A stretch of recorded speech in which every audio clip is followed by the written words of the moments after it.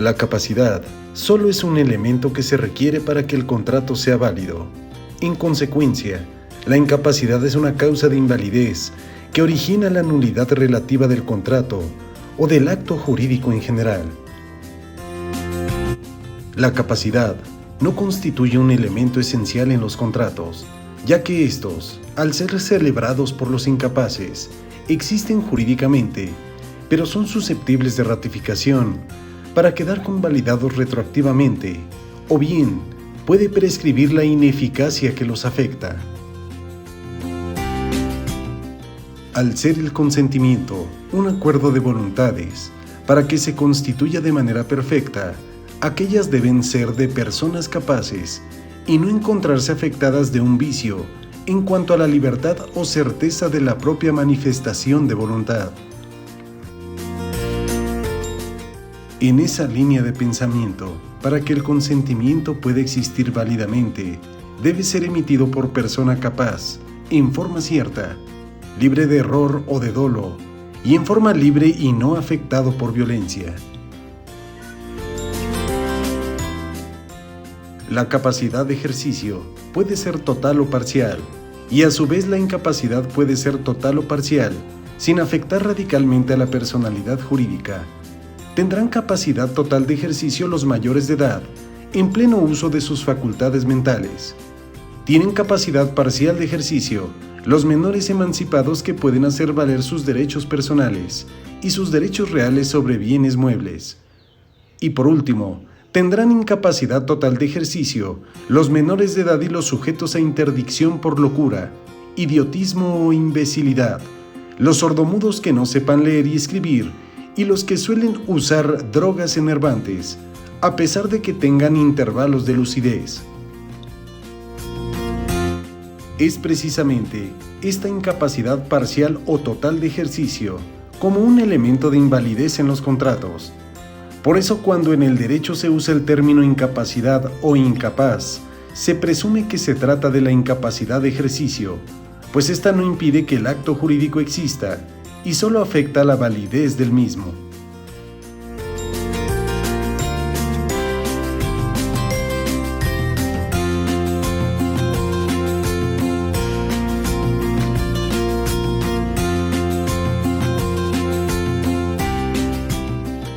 Ahora veamos, ¿qué es la representación? La representación legal en el derecho privado es una institución jurídica auxiliar de la incapacidad del ejercicio.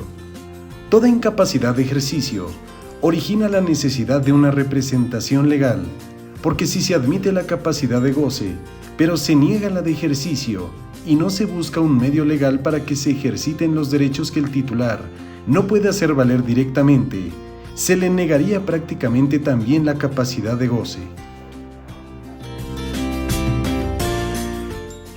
La representación supone dos condiciones. La primera, que el acto jurídico se ejecute por el representante en nombre del representado.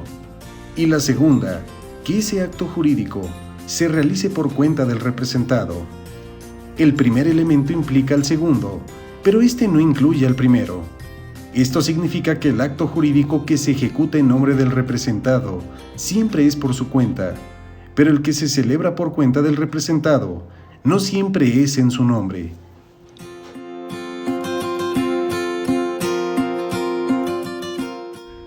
Es la voluntad jurídica del representado, aunque no su voluntad psicológica, la que concurre para la validez del acto jurídico. En la doctrina de la ficción, se supone que es el representante un instrumento del representado, pero que este último, en realidad, no comparece en el acto jurídico.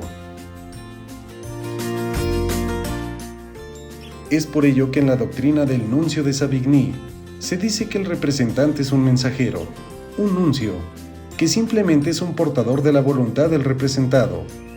Por esto el acto jurídico se ejecuta en su nombre, mientras que en la doctrina, denominada de cooperación de voluntades, se sostiene que concurren la voluntad del representante y del representado, armonizándose en una sola voluntad jurídica que, según el derecho, se supone es del representado. Y en la última tesis, denominada de la sustitución real de la voluntad del representado por la voluntad del representante, se establece que existe una negativa para que jurídicamente concurra al acto el representado, pero se acepta que el contrato se celebre en nombre de éste. Cuando el acto jurídico se realice por cuenta del representado, su patrimonio resulta afectado reportando las obligaciones que contrajo el representante. Ese patrimonio resulta beneficiado adquiriendo los derechos que nacen del acto jurídico que llevó a cabo aquel. Existen dos maneras de afectar su patrimonio. La primera es facultando al representante para que al contratar manifieste no su voluntad, sino la voluntad jurídica del representado. Y la segunda, actuando en nombre propio. Esto significa ostentándose ante terceros como dueño del negocio, para contratar directamente en beneficio propio, pero por virtud de un contrato anterior, obligándose a transmitir los derechos y obligaciones que haya adquirido al representado. En nuestro código vigente existe el mandato sin representación y el mandato representativo. En este último, se actúa en nombre y por cuenta del mandante, cumpliendo por consiguiente esta figura todos los requisitos de la representación, mientras que en el mandato no representativo se actúa por cuenta del mandante, pero no en su nombre. En el derecho mercantil también existe la comisión representativa y la no representativa. El comisionista puede actuar en nombre y por cuenta del comitente, o simplemente por su cuenta. En este último caso, hay un mandato no representativo aplicado a los actos concretos del comercio.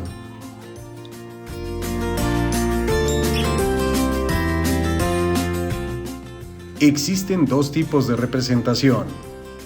La primera es la representación legal, cuando por virtud de una norma jurídica, alguien puede actuar en nombre y por cuenta de otro, reconociéndose validez a los actos que realiza para afectar a la persona y al patrimonio del representado. Existirá también representación voluntaria, cuando una persona pueda actuar en nombre y por cuenta de otra, por un mandato expreso o tácito que ha recibido de aquella. Las formas que adquiere la representación voluntaria son general y especial, pero también en los órganos representativos de personas morales, especialmente de sociedades civiles o mercantiles, donde el conjunto de personas físicas que constituyen a la persona moral designan a un órgano de representación, que puede ser simple o colegiado.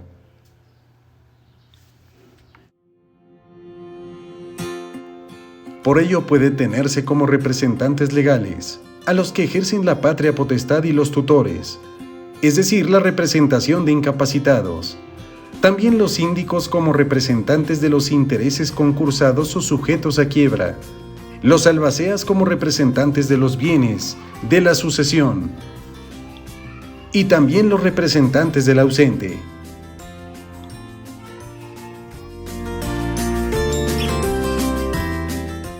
Pero, ¿qué utilidad tiene la representación? Primeramente, como una institución jurídica necesaria en la representación legal, y en segundo plano, como una institución jurídica práctica en la representación voluntaria. La representación legal es indispensable, ya que sin ella no se podrían ejercer los derechos de los incapacitados, trayendo como consecuencia que se les privara de la capacidad de goce. Y en la representación de los concursos, quiebras y sucesiones, también existe una necesidad, ya que al privársele de capacidad jurídica al concursado o quebrado, o al extinguirse la capacidad jurídica por muerte del autor de la sucesión, por lo que es preciso que se designe un representante de los intereses hereditarios. Mientras que en la representación voluntaria existe simplemente una utilidad práctica en el mandato para suplir cierta deficiencia de conocimientos, para suplir dificultades de tiempo, lugar o multiplicidad de ocupaciones en las demás formas del mandato. Y en la representación voluntaria de personas morales, existe a la vez una utilidad o necesidad jurídica, porque como la persona moral no puede tener voluntad como ente física y biológicamente considerado, su voluntad es simplemente jurídica y tiene que exteriorizarse a través de un órgano, siendo éste el que la represente. Es menester separar radicalmente la representación voluntaria de la legal, no solo en cuanto a la causa que las motiva, sino también en cuanto al problema jurídico de su justificación. La causa de la representación voluntaria es esencialmente distinta de la relativa a la representación legal, y también puede ser muy diversa la justificación que se proponga. Por ello es válido afirmar que la representación voluntaria se justifica por el principio de autonomía de la voluntad. En toda representación legal encontramos fundamentalmente los siguientes factores. Primero, la existencia de una incapacidad de ejercicio o la imposibilidad material de actuar jurídicamente, la incapacidad de ejercicio en los menores, en los enajenados, en los fallidos o concursados y los quebrados, y una imposibilidad material de actuar en el ausente. En las sucesiones también encontramos la extinción de una capacidad, la del autor de la herencia, con la creación de una copropiedad. Existe un segundo factor, donde hay la necesidad jurídica e ineludible de que los derechos del incapacitado o del imposibilitado para actuar se hagan valer, porque de lo contrario la incapacidad de ejercicio se transforma en incapacidad de goce, y esta, al ser total, traería como consecuencia la privación de la personalidad. Y el tercer factor, donde el imposibilitado o incapacitado no puede actuar directamente, debiendo hacerlo a través de otro, y los actos jurídicos que el representante lleve a cabo deben tener validez para el representado, porque si no la tienen, sería tanto como impedirle el ejercicio de los derechos del representado.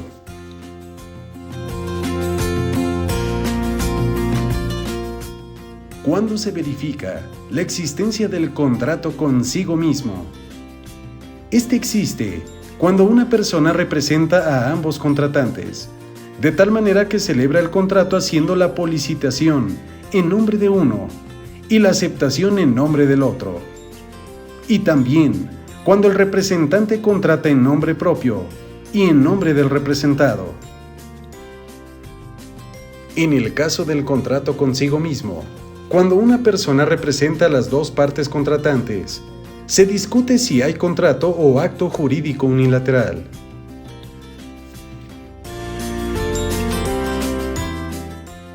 La doctrina considera que en este contrato existen dos voluntades. Desde el punto de vista jurídico, el representante formula la oferta en nombre de una de las partes y la acepta en nombre de la otra. El derecho se ha visto precisado a imponer excepciones para no admitir esta institución. Ello porque puede producir un conflicto de intereses. Este conflicto de intereses entre representante y representado en el contrato consigo mismo se acentúan en la representación legal de incapaces, de tal forma que los tutores o los que ejerzan la patria potestad no pueden representar a sus pupilos para celebrar contratos consigo mismos, prohibiéndose a los que ejercen la patria potestad y a los tutores celebrar sobre todo contratos traslativos de dominio. El tutor no puede comprar para sí, ni para su cónyuge, ascendientes o descendientes, los bienes de su pupilo, y los que ejercen la patria potestad tampoco pueden contratar con el que está subordinado a ella, cuando exista un conflicto de intereses. No obstante, pueden representar en un contrato consigo mismo al incapaz, cuando éste se beneficie en el contrato, es decir, cuando efectúen una donación, pero no pueden celebrar el contrato de compraventa o el de permuta. al existir un conflicto de intereses, el representante tiene el deber legal de denunciar el mismo al juez para que nombre un tutor especial para cierto grupo de representados que tengan el mismo interés y que se encuentren en conflicto con otro grupo de representados.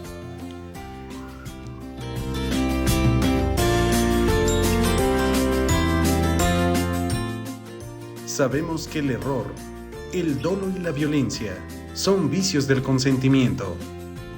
En cuanto al error, se determinan sus grados. El primero es el que destruye la voluntad, originando la inexistencia del acto jurídico del contrato. El segundo es el que simplemente vicia el consentimiento y motiva la nulidad relativa del negocio jurídico. Y finalmente, el error que es indiferente en cuanto a la validez del acto o contrato.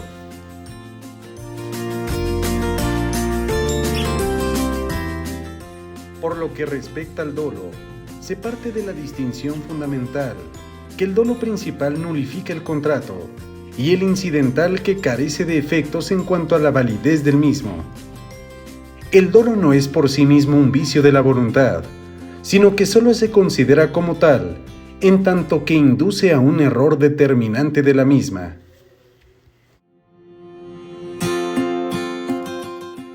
Y por último, la violencia como vicio del consentimiento.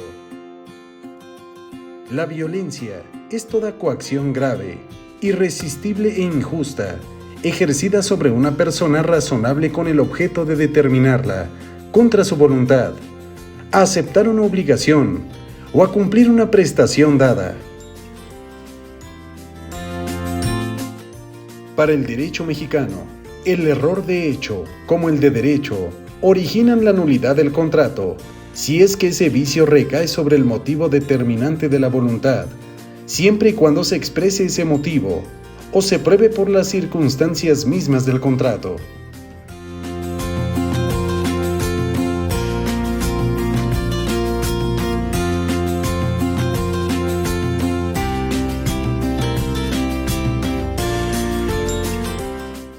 El contrato puede ser estudiado de dos maneras diferentes, como acto jurídico y como norma jurídica. En efecto, los contratos son una verdadera norma individualizada, que al igual que las normas generales o leyes, tienen 4 ámbitos: el material, el temporal, el especial y el personal. Si el contrato es una norma jurídica, una vez que se cumple el proceso de su formación, también debe contar con los mismos ámbitos de las demás normas. El material, es decir, determinar qué materias pueden ser reguladas por el derecho. En este ámbito lo podemos estudiar a propósito de los contratos, definiendo qué materias pueden ser reguladas por un contrato. El espacial, determinando cuál es el alcance de una norma jurídica desde el punto de vista del espacio. El ámbito temporal, para definir el momento en que comienza la validez de una norma y el momento en que deja de tener vigencia, también exactamente aplicable al contrato. Y por último, el personal del contrato, definiendo qué sujetos quedan comprendidos en el alcance de una norma, problema que se plantea tanto para las leyes como para los contratos. Pues bien, conforme al principio de la autonomía de la voluntad, que se ha considerado tradicional en materia de contratos, las partes son libres para crear derechos y obligaciones, siempre y cuando procedan lícitamente y sin violar normas de orden público o buenas costumbres. Además, deben proponerse un objeto posible. El principio de la posibilidad y de la licitud son los únicos que vienen a limitar la autonomía de la voluntad de los contratantes. Respetando estos dos límites, las partes pueden crear toda clase de derechos y obligaciones.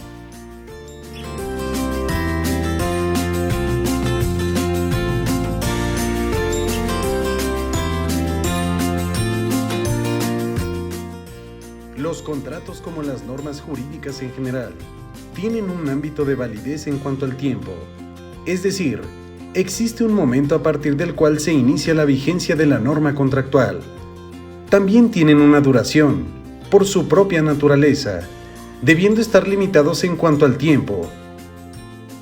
El momento del inicio de la vigencia en la norma contractual es muy semejante al momento de inicio de la vigencia de la ley, pues en ambas normas deben cumplirse con un proceso de elaboración.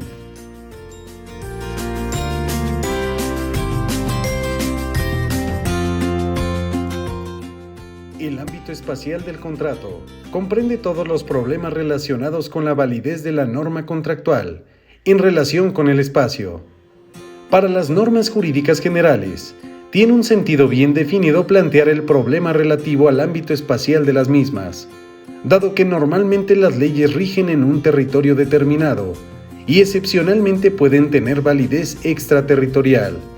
Por consiguiente, en las normas generales, incluyendo las leyes constitucionales, ordinarias y reglamentarias, tenemos un ámbito definido para poder circunscribir el alcance espacial de la norma como principio de orden general, y además tenemos el conjunto de problemas que estudia el derecho internacional privado para poder definir cuándo las leyes, o en su caso los reglamentos, tienen aplicación extraterritorial.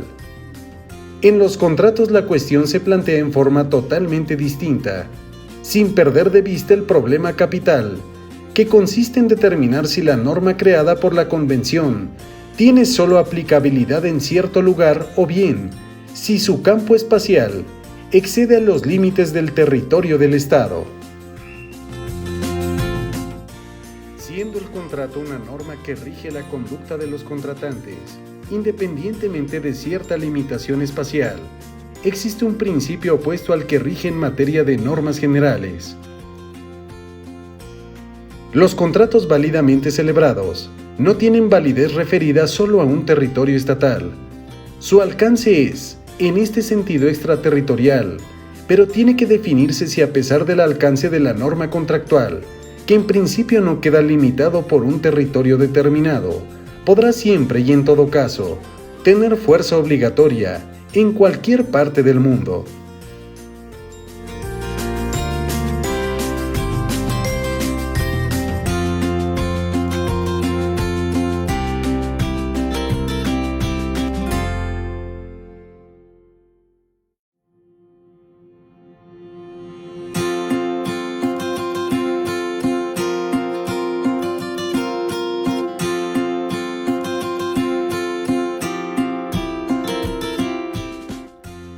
Tratándose del ámbito personal de los contratos, existe el principio tradicional desde el derecho romano de que el contrato solo surte efectos entre las partes. En consecuencia, los terceros no pueden ser ni beneficiados ni perjudicados por la norma contractual. Se considera que el alcance del contrato es limitado a las partes, debido a que éstas se encuentran facultadas por el ordenamiento jurídico para elaborar su propia regla de conducta. En consecuencia, no pueden extender esta regla a terceros.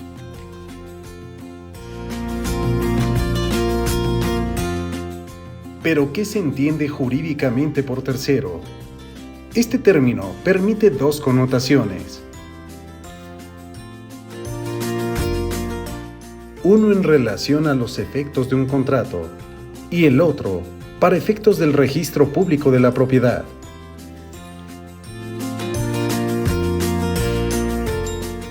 Desde luego que el concepto de tercero no comprende a las partes contratantes, a los representados y a los herederos, o a los causavientes a título universal.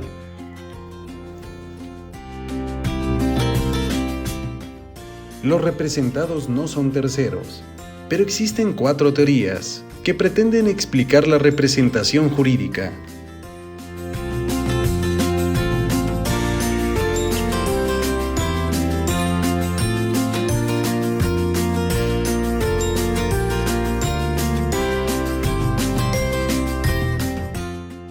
La primera se conoce como la doctrina de la ficción. Es una doctrina clásica aceptada por los principales civilistas franceses, comentadores del Código Napoleón. Conforme a esta teoría, el representante se identifica con el representado. Por ende, el representado no puede ser tercero. Es cierto que el contrato no se celebra por este, pero para efectos jurídicos por una ficción, se considera que es el representado quien contrata. Por ejemplo, es el incapaz quien contrata a través del que ejerza la patria potestad o la tutela, o el mandante quien contrate a través del mandatario.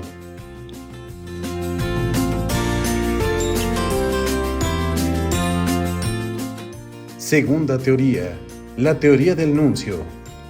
Se debe a Savigny, y en esta se declara que el representante es un simple mensajero, un nuncio del representado, un portavoz de él, de tal manera que se convierte en un instrumento para poder exponer su voluntad. Tercera teoría, la teoría de la cooperación de voluntades. En esta se considera una colaboración entre la voluntad del representado y del representante. Los efectos jurídicos del contrato se explican tomando en cuenta que en parte han sido queridos por el representado y en parte han sido queridos por el representante. Y la cuarta y última teoría, conocida como la teoría de la sustitución, que considera una sustitución real de la voluntad del representado por la voluntad del representante, prescindiendo de ficciones y atendiendo a la realidad. Cuando un representante contrata, máxime si es un representante legal, tutor, persona que ejerza la patria potestad, representante del ausente, síndico en el concurso o en la quiebra, en realidad hay una verdadera sustitución de la voluntad del representado por la del representante. Es decir, quien contrata es la persona que exterioriza tal voluntad y es exclusivamente el representante. No debe olvidarse que, en principio, en materia hereditaria, se establece que el heredero sustituye al decuyus en todas sus obligaciones y derechos a beneficio de inventario. Cabe sostener que el heredero no es un tercero, sino que es la misma persona del autor de la sucesión que lo continúa para los efectos hereditarios, esto es, para la transmisión patrimonial con su activo y pasivo. Tratándose de contratos concluidos por personas morales, Kelsen establece que en realidad el contrato crea derechos y obligaciones en relación con terceros. Los contratos celebrados por personas morales afectan a sus distintos miembros que no han contratado.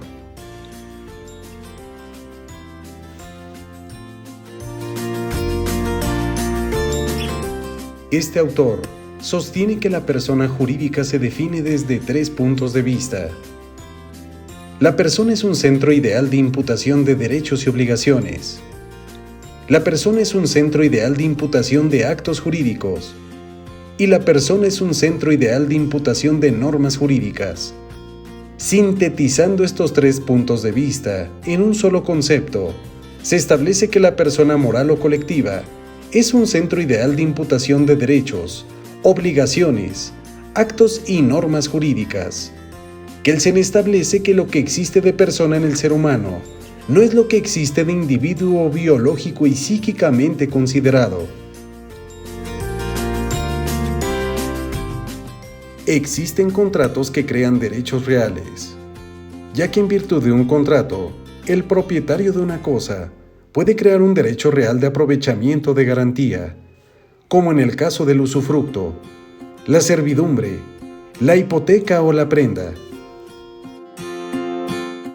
Estos contratos no solamente producen efectos entre las partes, sino también frente a terceros. Debe distinguirse entre el contrato creador de derechos reales y el derecho creado por el contrato.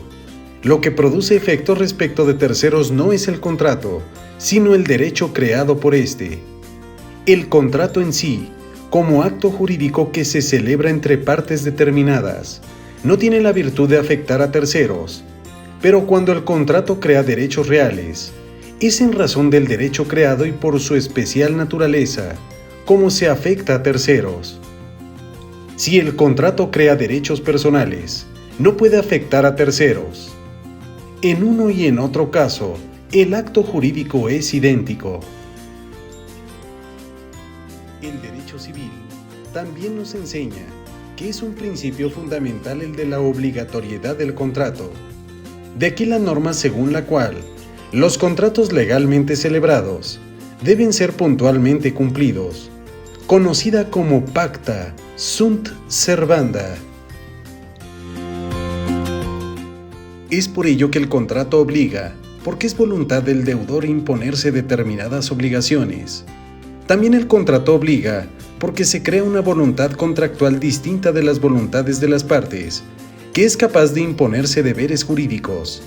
Aquí ya no obliga por la voluntad unilateral del deudor, sino por la voluntad contractual que tiene una vida independientemente de las voluntades individuales de las partes. Y por último, el contrato obliga porque es una norma jurídica creada de acuerdo con el orden jurídico vigente en el estado determinado. En la ley se establece un principio que dispone que la ignorancia de las leyes no sirve de excusa ni a nadie aprovecha. En materia contractual, el principio que consagra la obligatoriedad de los contratos es la base de todo el sistema para derivar un conjunto de consecuencias que se manifiesten a través del principio de exactitud en el cumplimiento de las obligaciones.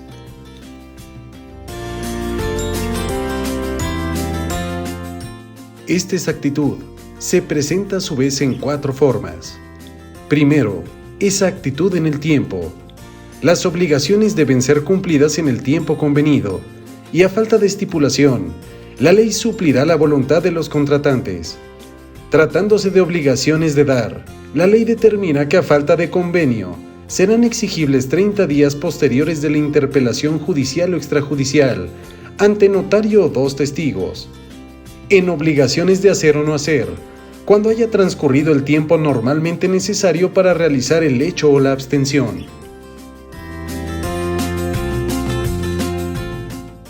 2. Exactitud en el espacio, donde las obligaciones deben ser cumplidas en el lugar convenido, y a falta de estipulación, la ley establece como principio general que serán cumplidas en el domicilio del deudor. 3. Exactitud en la sustancia. El deudor debe pagar en la especie convenida, y si no se determinó individualmente la especie, debe pagar según la ley, con cosas de mediana calidad. Y por último, 4, exactitud en el modo de ejecutar el pago, donde el deudor debe pagar totalmente al acreedor, quien no está obligado a recibir pagos parciales, a no ser que así se hubiere convenido expresamente. Pero existe un fundamento de equidad y de buena fe para que se flexione el principio de la obligatoriedad y se modifiquen las cláusulas de un contrato, que de ser cumplidas exactamente, traerían consigo la ruina económica del deudor por causas imposibles de prever y de carácter extraordinario. A esta excepción se le da el nombre de la teoría de la imprevisión. La teoría de la imprevisión funciona cuando, siendo posible el cumplimiento, origina la ruina del deudor, dado que para satisfacer la prestación tiene que hacer un sacrificio patrimonial desproporcionado en relación con el que hubiere hecho en situaciones normales.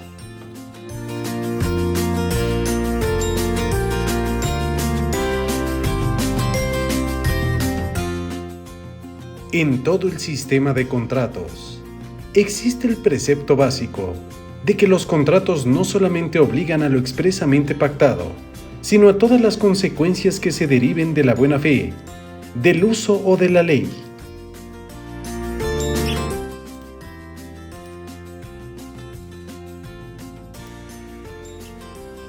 Cuando exista conflicto de derechos, a falta de ley expresa que sea aplicable, la controversia debe decidirse a favor del que trate de evitarse perjuicios y no a favor del que pretenda obtener lucro. Si el conflicto fuere de derechos iguales o de la misma especie, debe decidirse observando la mayor igualdad posible entre los interesados. En otro aspecto de la teoría de la imprevisión, sin necesidad de que los jueces tengan que resolver de acuerdo con el criterio de equidad, en casos no previstos, el juez puede conceder términos de gracia como cuando el demandado confiesa la demanda.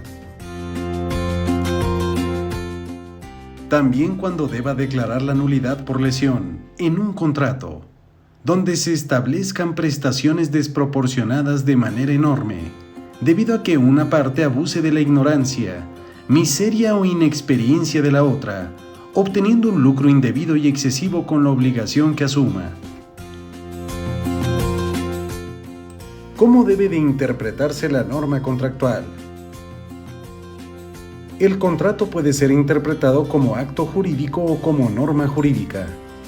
La interpretación del contrato como acto jurídico se concreta a dicho acto, aislándolo del sistema jurídico para referirlo a sus cláusulas, términos, y operar dentro de ellos a efecto de fijar su alcance, sentido o significación.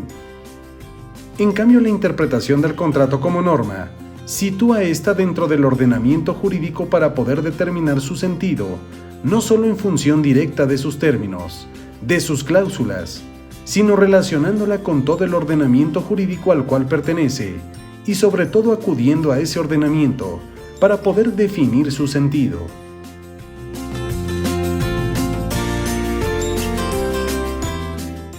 Desde el punto de vista estrictamente jurídico, la interpretación de un contrato no puede hacerse desvinculándolo del sistema al cual pertenece, porque solo caben dos grandes posibilidades en teoría para interpretar a la norma contractual. La primera establece que ante una cláusula dudosa debe prevalecer la intención de los contratantes, en tanto que la segunda afirma que no debe prevalecer la intención, sino los términos empleados, aun cuando estos resulten contrarios a la intención. Nuestro Código Civil, al darnos las normas de interpretación de los contratos, se adhiere al sistema de la voluntad interna, estableciendo que si los términos de un contrato son claros y no dejan dudas sobre la intención de los contratantes, se estará al sentido literal de sus cláusulas.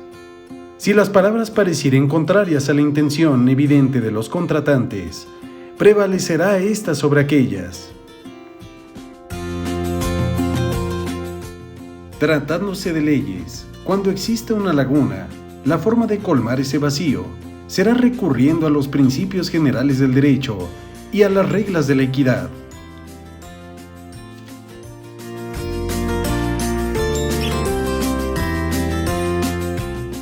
En cambio, cuando un contrato tiene lagunas, la norma legal sí tiene un sistema jurídico superior en donde encontramos una amplísima regulación de contenidos.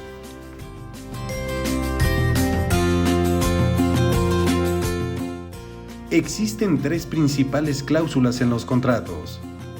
Las cláusulas esenciales que no pueden ser derogadas por la voluntad de las partes y se imponen al contrato, ya que determinan la esencia de la operación. Las cláusulas naturales, que son aquellas que se desprenden de la naturaleza misma de cada contrato, pero que pueden ser derogadas por las partes, tratándose de estipulaciones que la ley solo contiene para suplir la voluntad de los contratantes. Y por último, las cláusulas accidentales, que son aquellas que dependen exclusivamente de aspectos concretos en cada operación, que los contratantes regulan libremente, sin que la ley prevea estos aspectos, dado que varían en cada contrato y en cada operación especial. Existen principios fundamentales en la vigencia del contrato. En todo contrato hay una relación jurídica fundante, que contiene en potencia todas las relaciones fundadas. La ley, para caracterizar el contrato, determina siempre la relación jurídica fundante. Sin ella no puede existir el contrato. El principio de la buena fe, que es de gran valor jurídico y moral. Los contratos no solamente obligan a lo expresamente pactado, sino a todas las consecuencias que se deriven de la buena fe, del uso, de la equidad y de la ley. En los contratos bilaterales, el principio de la buena fe se manifiesta como reciprocidad, y una demostración evidente la tenemos en que las prestaciones deben ser equivalentes, ya que si se rompe la equivalencia, se considera que existe lesión. El principio de cooperación. Este principio estatuye la necesidad de relacionar el contrato como fuente principal de obligaciones con otras fuentes. El contrato es la forma más importante de cooperación patrimonial. Primero se constituye como un sistema de relación patrimonial, es decir, se relacionan dos patrimonios, pero no basta la relación, sino que la vigencia del contrato exige la cooperación entre las partes.